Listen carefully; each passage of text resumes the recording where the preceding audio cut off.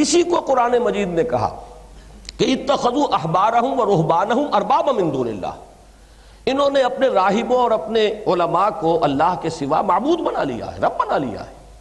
اور بہت ہی عمدہ واقعہ ہے وہ کہ حضرت عدی ابن حاتم رضی اللہ تعالی عنہ، حاتم طائی جو مشہور سخی انسان گزرے ہیں، ان کے صاحبزادے عیسائی تھے، یہ ایمان لے آئے۔ اب قرآن مجید کو پڑھتے ہوئے جب اس آیت پر پہنچے تو انہیں اشکال ہوا کہ ہم نے تو کبھی اپنے ان علماء کو، احبار اور رہبان کو خدا تو نہیں مانا۔ تو ڈرتے ڈرتے عرض کیا حضور سے کہ حضور یہ بات کو سمجھ میں نہیں آ رہی، ہم نے تو انہیں خدا نہیں مانا۔ تو آپ نے فرمایا کیا یہ صحیح نہیں ہے کہ جس چیز کو وہ حلال کہہ دیں تم حلال مان لیتے ہو، جس چیز کو وہ حرام کہہ دیں تم حرام مان لیتے ہو؟ اس لیے کہ کوئی ڈیوائن کوڈ تو ہے ہی نہیں۔ ایک تو یہ ہے کہ ڈیوائن کوڈ کی کوئی انٹرپریٹیشن ہو رہی ہے، اس کے حوالے سے کوئی بات کہی جا رہی ہے، اس میں اجتہاد دلیل سے کیا جا رہا ہے۔ یہاں تو سرے سے خلا ہے، کوئی ڈیوائن کوڈ نہیں ہے، کوئی شریعت نہیں ہے۔ تو معلوم یہ ہوا کہ اب کلیتاً تحلیل و تحریم کا اختیار ایک مذہبی طبقے کے ہاتھ میں آ گیا۔ یہ تھی وہ بدترین پاپائیت جس کی جس قدر بھی مذمت کی جائے صحیح ہے، اور اسلام کا اس سے کوئی سروکار نہیں۔ اب اگر اسلام تھیوکریسی نہیں، اگر اسلام ڈیموکریسی نہیں، اسلام کا سیاسی نظام اگر مونارکی نہیں، تو پھر کیا ہے؟ یہاں بھی پھر میں دوبارہ عرض کروں گا کہ مولانا مودودی نے ایک اصطلاح وضع کی تھی اور میں اسے صحیح سمجھتا ہوں، تھیو ڈیموکریسی۔ اس میں دو ایلیمنٹس جڑے ہیں، تھیو ڈیموکریسی، لیکن یہاں ہے اصل مسئلہ سمجھنے کا کہ یہ کیسے ایک دوسرے کے ساتھ مربوط ہوں گے۔ دو حاکمیتیں ٹکراتی ہیں۔ ڈیموکریسی کا تقاضا ہے absolute sovereignty of the people, لوگوں کو اختیار ہونا چاہیے، جو چاہے قانون بنائے۔ وہ دو مردوں کی شادی کے لیے جواز کا قانون بنا دے، اختیار ہے انہیں۔ شراب کو حرام کرنا چاہے حرام کر دے، جیسے کہ پروہیبیشن ایکٹ امریکہ میں ہوا تھا پاس، لیکن جو لوگ اس کو حرام کر سکتے تھے وہی حلال بھی کر سکتے ہیں، جب چاہیں اس کو حلال قرار دے دیں۔ اختیار کلیتاً عوام کے نمائندوں کے ہاتھ میں، یہ ہے ڈیموکریسی۔ تھیوکریسی میں اختیار مطلق اور حاکمیت مطلقہ اللہ کی ہے۔ تو یہ کیسے ایک دوسرے کے ساتھ ایڈجسٹ ہوں گے، یہ ہے بات سمجھنے کی۔ اس کو سمجھ لیا جائے تو واقعہ یہ ہے کہ بہت سے جو دوسرے الجھاؤ ہیں وہ خود بخود سلجھ جاتے ہیں۔ اور اس کے لیے میں واقعتاً اپنا جو تاثر ہے اپنے دل کا میں الفاظ میں بیان نہیں کر سکتا کہ نبی اکرم صلی اللہ علیہ وسلم کی ایک حدیث نے کس قدر بات کو کھول دیا۔ حضور کی حدیث بڑی سادہ حدیث ہے، مثل المومن کمثل الفرس فی اخیتہ، مومن کی مثال اس گھوڑے کی ہے جو ایک کھونٹے سے بندھا ہوا ہے۔ ایک ہے مادر پدر آزاد انسان، جو چاہے کرے، اس کے اوپر کوئی پابندی نہیں، کوئی حدود نہیں، کوئی قیود نہیں۔ مومن وہ ہے جو بندھا ہوا ہے۔ کس چیز سے بندھا ہوا ہے؟ اللہ کے احکام سے بندھا ہوا ہے۔ اب اسی مثال کو ذرا آگے میں نے پھیلایا ہے۔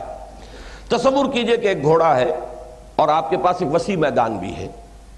آپ یہ بھی چاہتے ہیں کہ گھوڑا جو ہے اس کے پاؤں کھلے، چرے چگے پھرے، لیکن یہ بھی چاہتے ہیں کہ بندھا رہے اور کہیں بھاگ نہ جائے۔ تو فرض کیجئے کہ 100 گز کی ایک لمبی رسی، 100 گز لمبی رسی سے آپ ایک کھونٹے سے باندھ دیتے ہیں۔ اس عمل کے ذریعے سے، اس کے نتیجے میں 100 گز ریڈیس کا ایک سرکل وجود میں آ جائے گا جس میں وہ گھوڑا آزاد ہے۔ وہ دائیں طرف جائے، بائیں طرف جائے، شمال میں جائے، جنوب میں جائے، بیٹھ جائے، لوٹ لگائے، کہیں وہ کھونٹے کے ساتھ اپنا ٹیک لگا لے، کہیں 100 گز تک چلا جائے، اسے اختیار ہے۔ یہاں وہ فری ہے، اس میں سارا اختیار اس کے پاس ہے۔ لیکن 101واں گز نہ دائیں طرف آئے گا، نہ بائیں طرف، نہ شمال میں، نہ جنوب میں۔ 101واں گز اس کی زندگی میں نہیں آ سکتا۔ یہ ہے آزادی اور پابندی کا ایک امتزاج۔ ایک آزادی بھی ہے 100 گز نصف قطر کے دائرے کے اندر، لیکن پابندی ہے کہ 100 گز کے اس دائرے سے باہر جانے کا کوئی امکان نہیں۔ یہی معاملہ ہے مسلمانوں کا معاشرہ، اسلامی ریاست، اسلامک کمیونٹی، اسلامی جو بھی آپ اجتماعیت قائم کریں گے، وہ کھونٹے سے بندھی ہوئی ہے۔ ایک دائرہ کھنچ جاتا ہے احکام شریعت کا، ڈوز اینڈ ڈونٹس، یہ کرو یہ نہ کرو، اللہ اور اس کے رسول کے احکام۔ اس دائرے کے اندر اندر وہ بالکل آزاد ہے، اور اس دائرے کی یہ حدود جو ہیں اس کو وہ ٹریس پاس نہیں کر سکتا، اس سے آگے نہیں جا سکتا۔ وَمَن يَتَعَدَّ حُدُودَ اللَّهِ فَأُولَٰئِكَ هُمُ الْفَاسِقُونَ، جو لوگ بھی اللہ کی حدود سے تجاوز کریں گے تو پھر وہ فاسق ہیں۔ بلکہ اس میں تو احتیاط کا یہ ہمیں احتیاط کی تلقین کی گئی ہے کہ حدود اللہ کے آخری سرے تک نہ پہنچ جایا کرو، اس لیے کہ اندیشہ ہے کہ ذرا سا پاؤں جو آدمی کا پھسلے تو حدود سے باہر ہی نکل جائے۔ تو لا تقربوا الزنا کہیں آتا ہے تلک حدود اللہ فلا تقربوها، یہ اللہ کی حدود ہے، اس کے قریب بھی مت جاؤ، ذرا فاصلے پر رہو، keep at a safe distance. بلکہ ایک حدیث میں حضور نے اس کو مثال دی ہے کہ ہر بادشاہ کی ایک مخصوص چراگاہ ہوتی ہے۔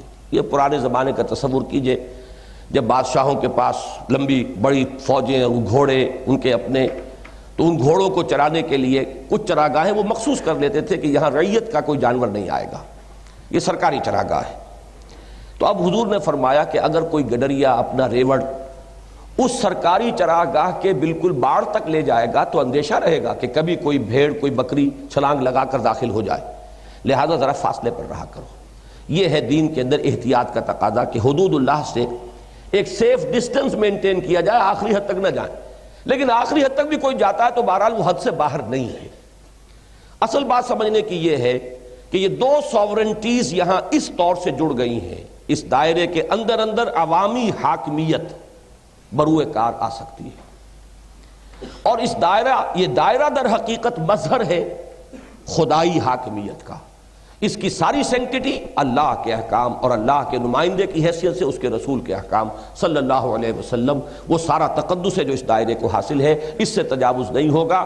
اس کے اندر اندر میں یہ لفظ پہلی مرتبہ استعمال کر رہا ہوں کہ پاپولر ساورنٹی بھی اس کے اندر جو ہے بروئے کار آئے گی، اگرچہ وہ ایک محدود ساورنٹی ہے، وہ حاکمیت محدودہ ہے، اللہ کی حاکمیت مطلقہ ہے، ایبسولوٹ ساورنٹی اللہ کی، لیکن اس اللہ کی ساورنٹی کا چونکہ اللہ ہمارے سامنے اس طرح عیاناً تو موجود نہیں ہے کہ ہر روز اس کا حکم آئے، اب وہ اللہ کا حکم کتاب اللہ اور اللہ کے نمائندے نے اس کی جو بھی شرح کی ہے یا مزید احکام دی ہے وہ سنت رسول صلی اللہ علیہ وسلم، ان سے جو بھی دائرہ وجود میں آیا ہے یہ ریپرزنٹ کر رہا ہے یہ ڈیوائن ساورنٹی کو، حاکمیت خداوندی کو۔ لیکن یہ ہے کہ اس کے اندر اندر حاکمیت کے معنی یہی ہے نا کہ آپ کے ہاتھ میں اختیار ہو کہ آپ جو چاہے قانون بنائیں، جو چاہے فیصلے کر لیں۔ تو یہ ان حدود کے اندر مباحات کا دائرہ ہے، اس مباحات میں آپ باہمی مشورے سے، آپ اپنی کثرت رائے سے جو فیصلے چاہے کر لیں۔ اس لیے میں یہاں ایک علمی نکتے کے طور پر قرآن حکیم کی دو آیات میں جو بظاہر تضاد نظر آتا ہے لیکن حقیقت میں وہ انہی دونوں چیزوں کی جو باہمی ایڈجسٹمنٹ ہے اس کو واضح کر رہی ہیں۔ سورہ آل عمران میں فرمایا، یہ مسئلہ تھا غزوہ احد کے بعد جب چہمے گوئیاں شروع ہوئیں اور تذکرے ہوئے، اور چونکہ بہت بڑا چرکا لگا تھا، 70 کے قریب صحابہ شہید ہوئے تھے، جو ایک دھاک بیٹھ گئی تھی مسلمانوں کی غزوہ بدر کے بعد، وہ دھاک ایک دم ختم ہو گئی۔ غزوہ بدر میں اگر 70 مشرکین مارے گئے تھے تو یہاں 70 صحابہ شہید ہو گئے، تو معلوم ہوا کہ عدلے کا بدلہ ہو گیا، برابر ہو گیا، وہ جو ایک دھاک تھی وہ ختم ہوئی۔ تو اس میں کچھ لوگوں نے عبداللہ ابن ابی کا معاملہ خاص طور پر، چونکہ اس کا مشورہ یہ تھا غزوہ احد سے قبل کہ ہم اس پوزیشن میں نہیں ہیں کہ یہ جو 3000 کا لشکر آ گیا ہے اس سے ہم جا کر اوپن کھلے میدان میں کنفرنٹ